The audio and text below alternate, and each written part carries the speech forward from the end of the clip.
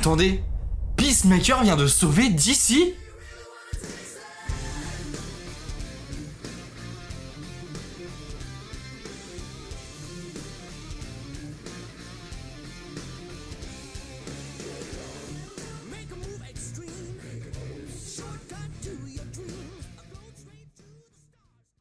Christopher Smith ou Peacemaker est un super-héros créé par Joe Guile et Pat Boyette. Apparu pour la première fois en 1966 pour Charlton Comics, il est depuis apparu dans les comics DC lors de l'événement Crisis on Infinity Earth après le rachat du personnage par ces derniers. Car oui, ce n'est pas un personnage original DC, il était même bien différent avant son rachat. Et oui, Christopher Smith est à la base diplomate, étant un envoyé de la Convention de Genève, un véritable pacifiste, ayant pour but d'apporter la paix autour de lui. Retenez bien cette information, on y reviendra plus tard. De là, on pourrait croire que Peacemaker est un héros, symbole de la paix, tel Superman, mais ne partons pas trop vite en besogne, car DC en a décidé autrement.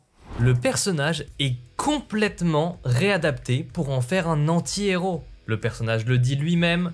Je suis prêt à tout pour la paix, y compris tuer femmes et enfants. Une vision poussée à l'extrême de son ancien personnage de diplomate. Et de là, par l'interprétation du justicier patriote qu'on connaît aujourd'hui. Maintenant que les bases ont été posées, voyons ce que James Gunn a fait du personnage.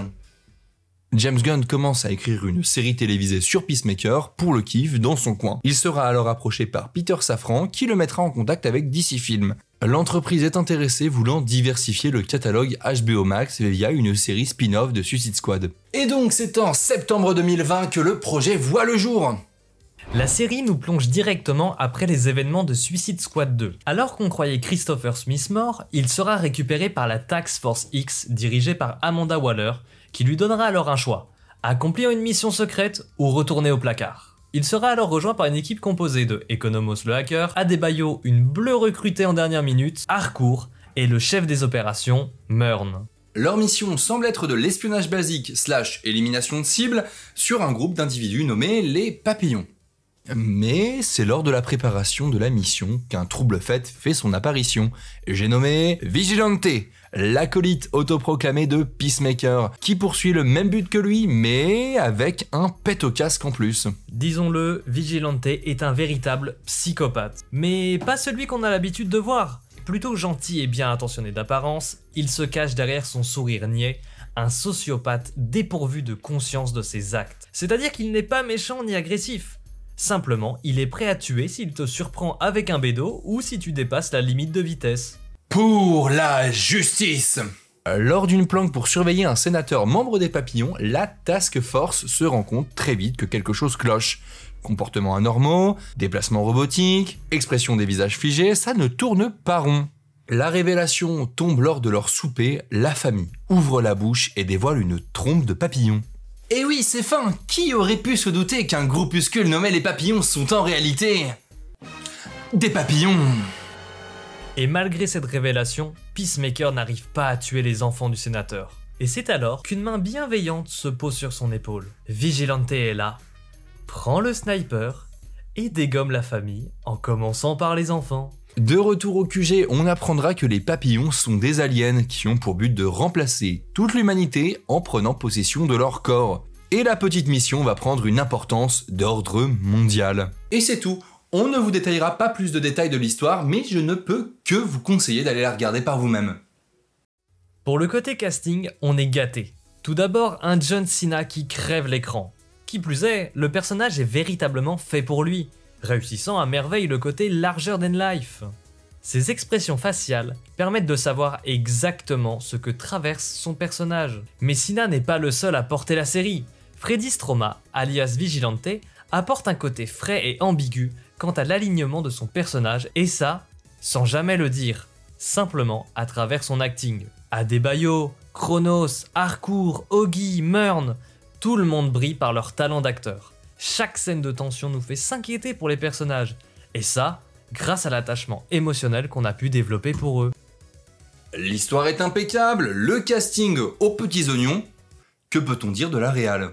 Tout aussi bien. La photo est soignée et prend le contre-pied de l'esthétique habituelle des films et séries d'anti-héros de l'époque. Là, Exit les filtres grisâtres, les décors sans saveur. Et bonjour, une colorimétrie travaillée et des ambiances mémorables. La série traite de sujets assez sombres et a des scènes plus que trash, mais avec de la gueule.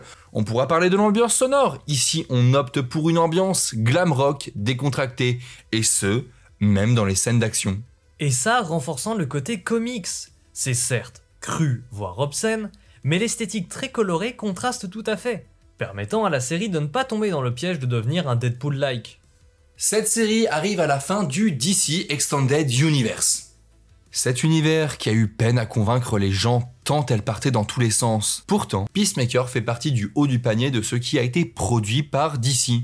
Une œuvre de qualité qui aborde des vrais sujets de société, la discrimination, la masculinité, la santé mentale, avec humour et justesse. James Gunn, qui est maintenant le showrunner du tout nouveau DCU, est parti avec son bébé, et maintenant, Peacemaker est la première pierre d'un nouvel univers que l'on espère plus cohérent.